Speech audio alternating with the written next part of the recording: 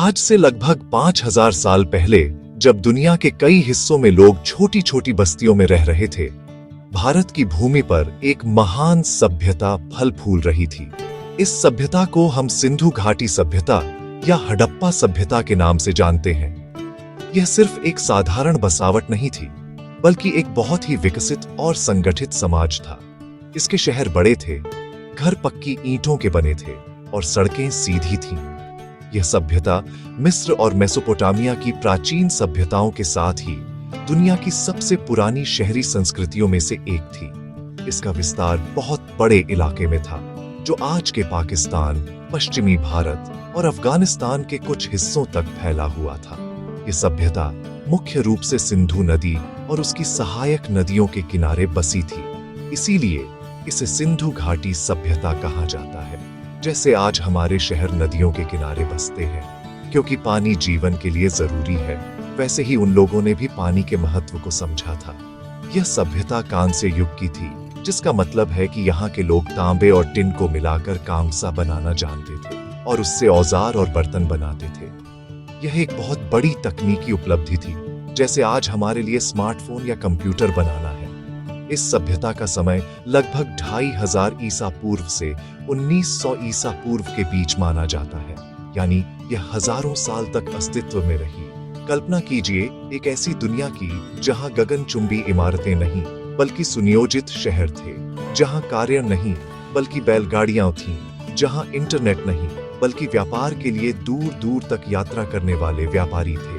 सिंधु घाटी सभ्यता की सबसे हैरान करने वाली बात यह है कि इसके बारे में हमें जो भी जानकारी मिली है वह खुदाई में मिली चीजों से ही मिली है। हमें उनके राजाओं के नाम नहीं पता, उनके बड़े युद्धों की कहानियां नहीं पता। हमें बस उनके शहर, उनकी मोहरें, उनके खिलौने और उनके कंकाल मिले हैं, जो एक अधूरी लेकिन आकर्षक कहानी कहते हैं। यह एक ऐसी पहेली है जिसके कुछ टुकड़े ही हमारे पास हैं। इस सभ्यता का रहस्य आज भी इतिहासकारों और पुरातत्वविदों को अपनी ओर खींचता है।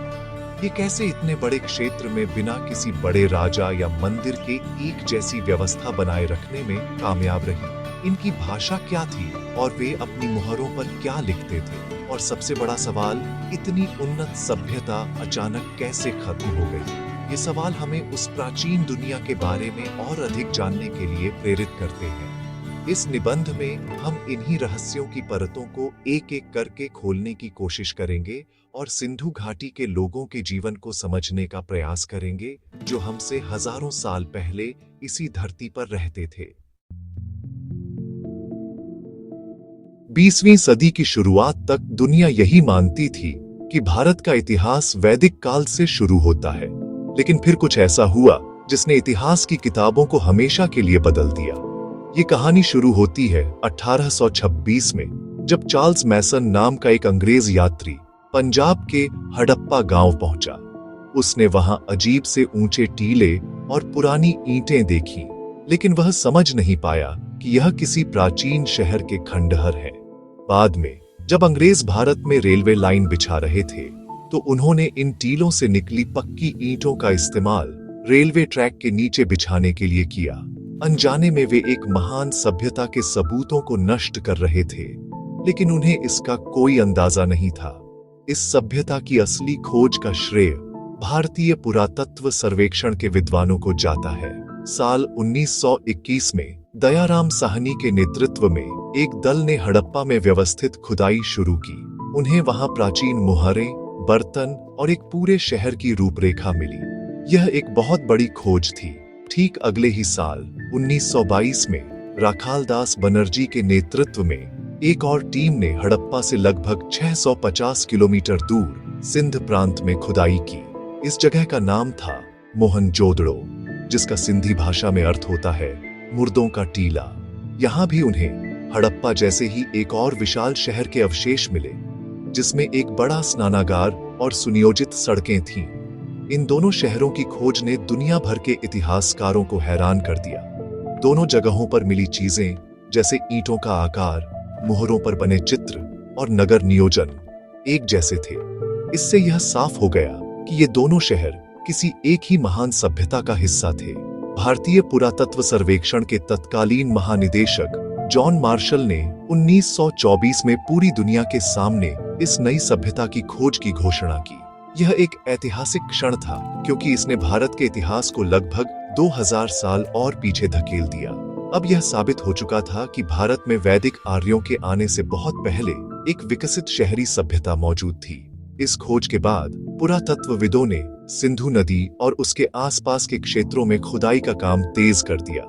धीरे धीरे एक के बाद एक कई और स्थल खोजे गए, जैसे गुजरात में लोथल और धोलावीरा, राजस्थान में कालीबंगा और हरियाणा में राखीगढ़ी। आज तक इस सभ्यता से जुड़े 1000 से भी ज्यादा छोटे बड़े स्थल खोजे जा चुके हैं। ये खोज की कहानी हमें बताती है कि धरती अपने सीने में कितने राज छुपाए रखती है। जो कल तक सिर्फ मिट्टी के टीले थे, वे आज एक पूरी सभ्यता की कहानी सुनाते हैं और हमें यह याद दिलाते हैं कि हमारा अतीत हमारी कल्पना से कहीं ज्यादा समृद्ध और रहस्यमयी है। सिंधु घाटी सभ्यता की कहानी उसके अद्भुत शहरों के बिना अधूरी है। इनमें से 2 शहर सबसे प्रमुख और विशाल थे, हडप्पा और मोहनजोदड़ो। ये दोनों शहर आज के पाकिस्तान में स्थित हैं और इस सभ्यता के सबसे अच्छे उदाहरण माने जाते हैं। इन्हें इस सभ्यता की जुड़वां राजधानियां भी कहा जा सकता है, क्योंकि दोनों का आकार और बनावट लगभग एक जैसी थी। हडप्पा, जो रावी नदी के किनारे बसा था, इस सभ्यता का पहला खोजा गया स्थल था। इसीलिए पूरी सभ्यता को हडप्पा सभ्यता भी कहा जाता है। यहाँ मिले बड़े बड़े अन्न भंडार यह दिखाते हैं कि यह शहर अनाज इकट्ठा करने और व्यापार का एक महत्वपूर्ण केंद्र रहा होगा। मोहनजोदड़ो, जो सिंधु नदी के किनारे बसा था, शायद इस सभ्यता का सबसे बड़ा और प्रसिद्ध शहर था। यहाँ की खुदाई में जो संरचनाएं मिली हैं, वे हमें उस समय के लोगों की उन्नत सोच और इंजीनियरिंग कौशल के बारे में बताती हैं। मोहनजोदड़ो में एक महान स्नानागार मिला है, जो एक बहुत बड़ा पक्का तालाब है। इसके चारों ओर कमरे बने हुए हैं और तालाब में उतरने के लिए सीढ़ियां हैं। पुरातत्वविदों का मानना है कि इसका उपयोग शायद किसी विशेष धार्मिक अनुष्ठान या सार्वजनिक स्नान के लिए किया जाता होगा, ठीक वैसे ही जैसे आज भारत में पवित्र नदियों और तालाबों में स्नान किया जाता है। यह दिखाता है कि पानी और स्वच्छता उनके जीवन में कितना महत्व रखते थे। इन प्रमुख शहरों के अलावा गुजरात में स्थित लोथल भी एक बहुत महत्वपूर्ण केंद्र था। लोथल एक बंदरगाह शहर था, जहां एक विशाल गोदी यानी डॉकयार्ड के सबूत मिले हैं। यह दुनिया के सबसे पुराने झात बंदरगाहों में से एक है। यहाँ जहाज आकर रुकते थे और सामान लादकर दूसरे देशों जैसे मेसोपोटामिया तक जाते थे। लोथल में मन के बनाने के कारखाने भी मिले हैं, जहां कीमती पत्थरों से सुंदर हार और गहने बनाए जाते थे। इसी तरह गुजरात का धोलावीरा शहर अपनी अनोखी जल प्रबंधन प्रणाली के लिए जाना जाता है। यहाँ बारिश के पानी को इकट्ठा करने के लिए बड़े बड़े जलाशय और नहरें बनाई गई थीं, जो सूखे के समय में शहर की पानी की जरूरतों को पूरा करती थीं। ये शहर सिर्फ ईंट और गाड़े के ढेर नहीं थे, बल्कि जीवन से भरपूर केंद्र थे। यहाँ कारीगर, व्यापारी, किसान और शायद प्रशासक भी रहते थे। इन शहरों की भव्यता और संगठन को देखकर ऐसा लगता है कि इन्हें किसी केंद्रीय योजना के तहत बनाया गया होगा। हर शहर को 2 भागों में बांटा गया था। एक ऊंचा हिस्सा जिसे गढ़ या दुर्ग कहा जाता है, और एक निचला हिस्सा जहां आम लोग रहते थे। गढ़ वाले हिस्से में शायद शासक वर्ग रहता होगा और महत्वपूर्ण सार्वजनिक इमारतें होती होंगी। इन शहरों की कहानी हमें बताती है कि आज से हजारों साल पहले भी मनुष्य एक अनुशासित और सुविधा संपन्न शहरी जीवन जीने में सक्षम था। सिंधु घाटी सभ्यता की जो बात उसे दुनिया की अन्य प्राचीन सभ्यताओं से अलग और विशेष बनाती है, वह है उसका अद्भुत नगर नियोजन। उनके शहर किसी संयोग से नहीं बसे थे, बल्कि उन्हें एक सोची समझी योजना के तहत बनाया गया था। ठीक वैसे ही जैसे आज चंडीगढ़ जैसे आधुनिक शहरों को डिजाइन किया जाता है। सड़कें एक दूसरे को समकोण पर काटती थी, जिससे पूरा शहर एक ग्रिड पैटर्न या जाल जैसा दिखता था। मुख्य सड़कें काफी चौड़ी होती थीं, ताकि बैलगाड़ियां और लोग आसानी से आ जा सकें। ऐसा लगता है कि शहर बनाने से पहले उसका पूरा नक्शा तैयार किया जाता था, जो उस समय के लोगों की दूरदर्शिता और इंजीनियरिंग कौशल का प्रमाण है। घरों के निर्माण में भी एक अरूपता दिखाई देती है। ज्यादातर घर पक्की ईंटों के बने होते थे और सभी ईंटें एक निश्चित अनुपात 4:1 की होती थी। यह मानकीकरण पूरी सभ्यता में सैकड़ों किलोमीटर दूर बसे शहरों में भी देखने को मिलता है। इसका मतलब है कि कोई केंद्रीय प्राधिकरण रहा होगा जो इन नियमों को लागू करता था। ज्यादातर घरों के बीच में एक आंगन होता था और उसके चारों ओर कमरे बने होते थे। हर घर में एक रसोई और एक स्नानागार भी होता था। दिलचस्प बात यह है कि घरों के दरवाजे और खिड़कियां मुख्य सड़क की ओर न खुलकर गलियों की ओर खुलते थे। शायद ऐसा धूल और शोर से बचने के लिए किया जाता था, जो उनकी निजीता और शांति की समझ को दर्शाता है। इस सभ्यता की सबसे प्रभावशाली विशेषता उसकी जल निकासी प्रणाली यानी ड्रेनेज सिस्टम थी। हर घर से गंदे पानी को निकालने के लिए पक्की नालियां बनी होती थीं, जो घर के स्नानागार और शौचालय से जुड़ी होती थी। ये छोटी नालियां फिर सड़क के किनारे बनी मुख्य नाली से जुड़ जाती थी। इन मुख्य नालियों को पत्थर की सिल्लियों या ईंटों से ढका जाता था ताकि गंदगी न फैले और सफाई भी आसानी से की जा सके। जगह जगह पर मैनहोल भी बनाए गए थे ताकि नालियों की नियमित सफाई हो सके। ऐसी उन्नत स्वच्छता प्रणाली उस युग में किसी और सभ्यता में देखने को नहीं मिलती और यह आज के स्वच्छ भारत अभियान की याद दिलाती है। पानी का प्रबंधन केवल गंदे पानी को निकालने तक ही सीमित नहीं था। इन लोगों ने साफ पानी की आपूर्ति का भी बेहतरीन इंतजाम किया था।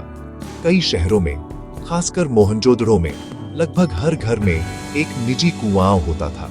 इसके अलावा सार्वजनिक कुएं भी बनाए गए थे ताकि सभी को आसानी से पानी मिल सके। धोलावीरा जैसे शहरों में, जहां पानी की कमी थी, बारिश के पानी को इकट्ठा करने के लिए विशाल जलाशय बनाए गए थे। ये सब दिखाता है कि सिंधु घाटी के लोग न केवल कुशल इंजीनियर थे, बल्कि वे स्वच्छता, स्वास्थ्य और जल संरक्षण के महत्व को भी बहुत अच्छी तरह समझते थे। एक ऐसी सोच जो आज भी हमारे लिए प्रासंगिक है। सिंधु घाटी के शहरों की भव्यता को देखकर मन में यह सवाल उठता है कि आखिर इन शहरों में रहने वाले लोग अपना जीवन कैसे जीते थे।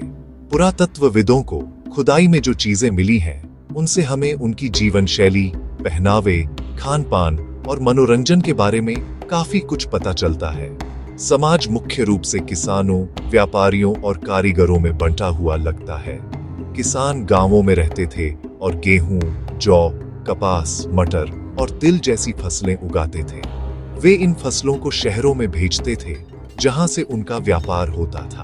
हमें जानवरों की हड्डियों से पता चलता है कि वे भेड़, बकरी, भैंस और सूअर जैसे जानवरों को पालते थे और शायद उनका मांस भी खाते थे। उनके पहनावे के बारे में हमें मूर्तियों और मुहरों पर बने चित्रों से जानकारी मिलती है। पुरुष और महिलाएं दोनों ही सूती और शायद ऊनी कपड़े पहनते थे। पुरुष आमतौर पर शरीर के निचले हिस्से में एक धोती जैसा वस्त्र लपेटते थे और एक शॉल को कंधे पर डालते थे।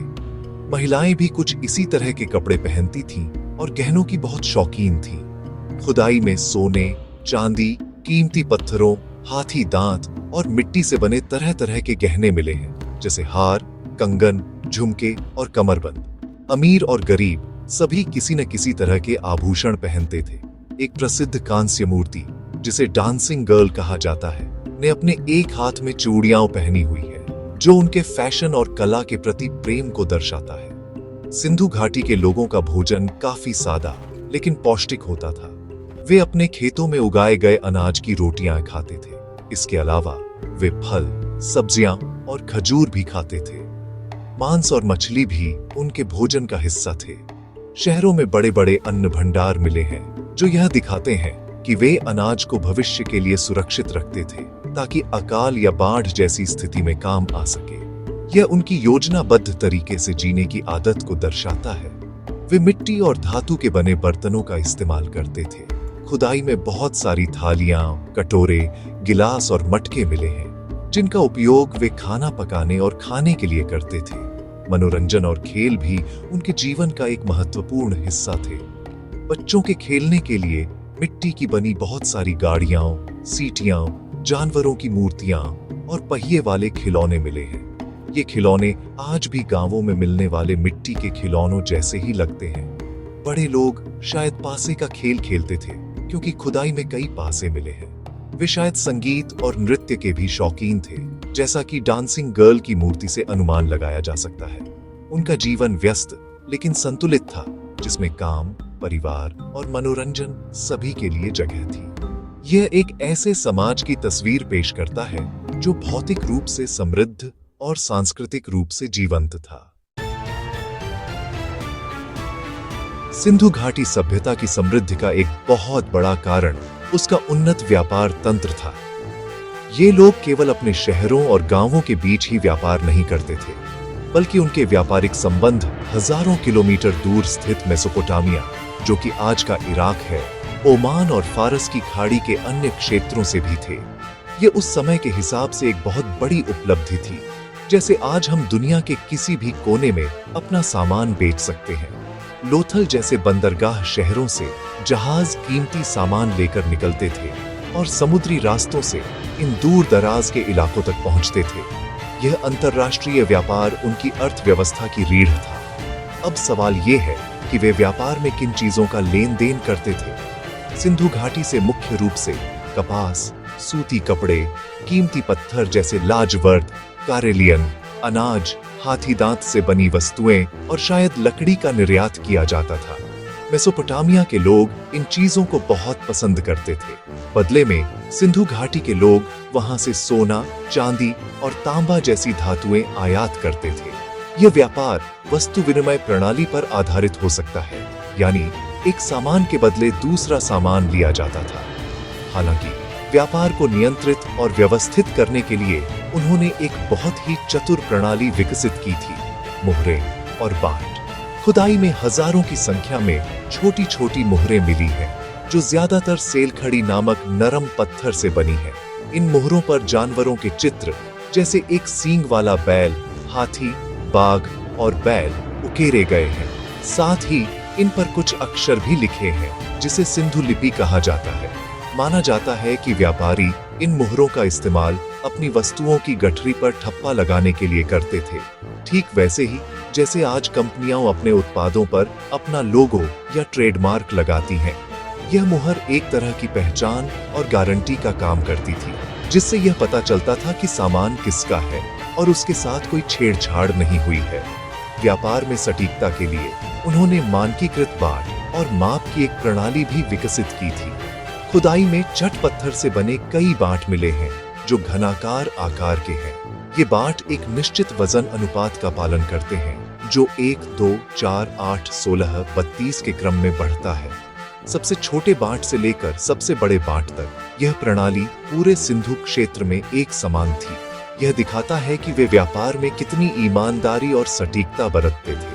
यह संगठित व्यापार तंत्र न केवल उनकी आर्थिक समृद्धि का कारण बना, बल्कि इसने विभिन्न संस्कृतियों के बीच विचारों और तकनीक के आदान प्रदान को भी बढ़ावा दिया होगा।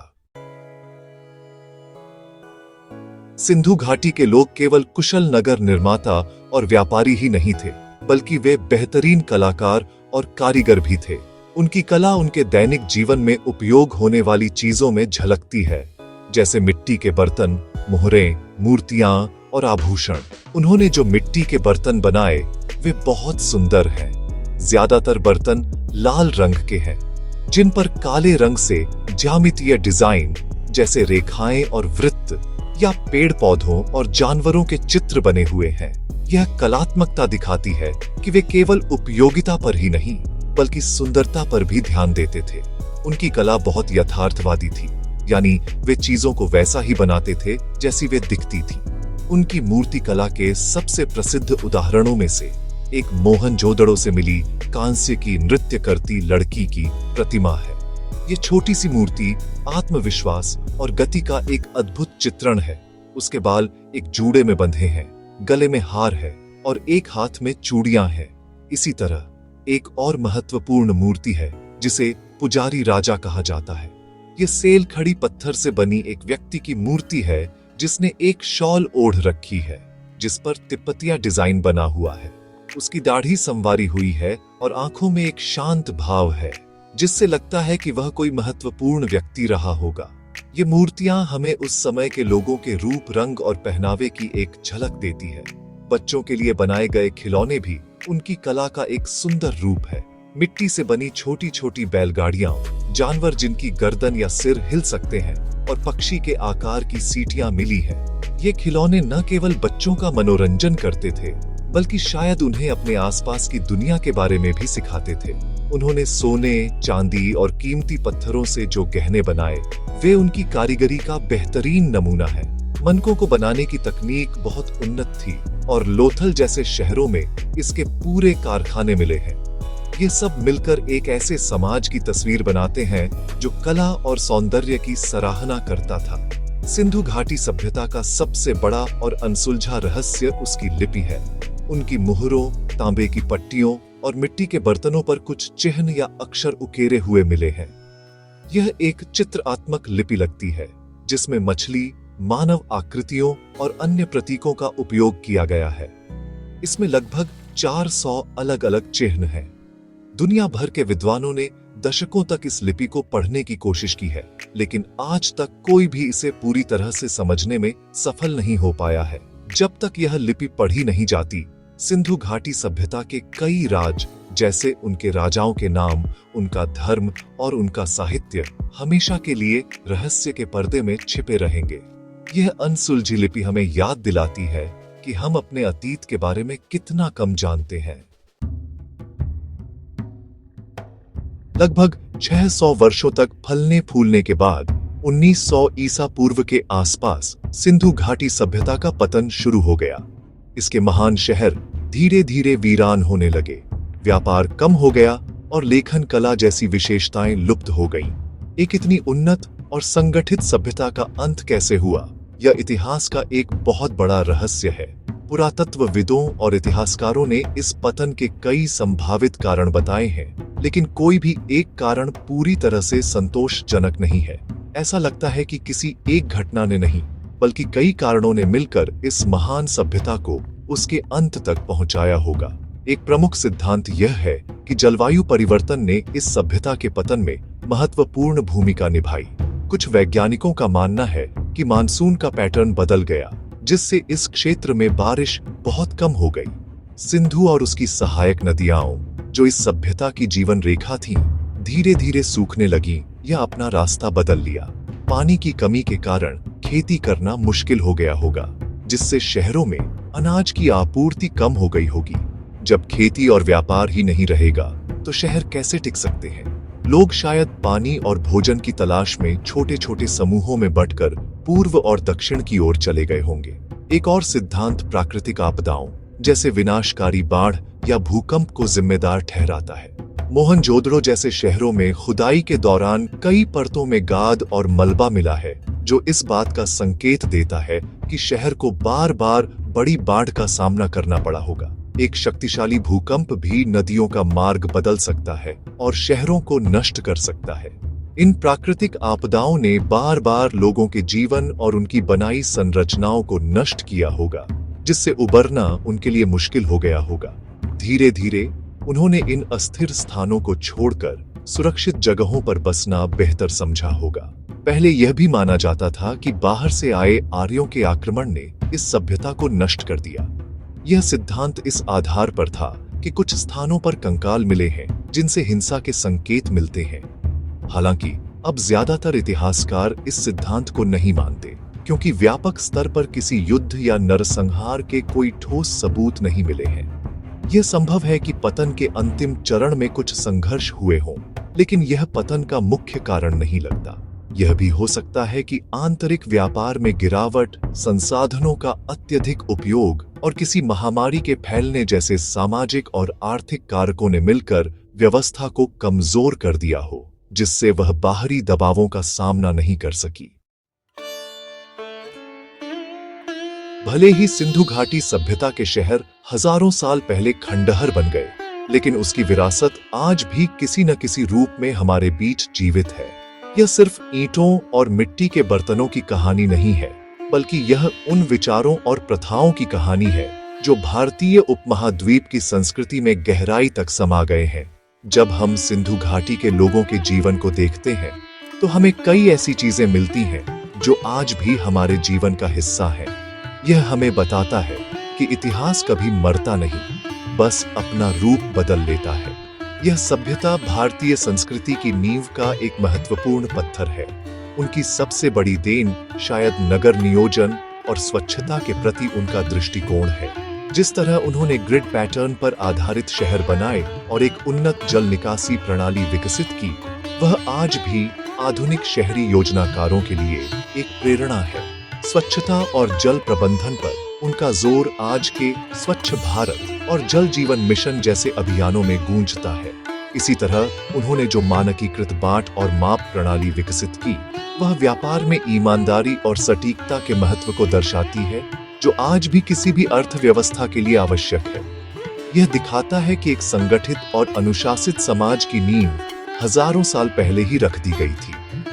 उनकी कला और शिल्प की परंपरा भी जीवित है।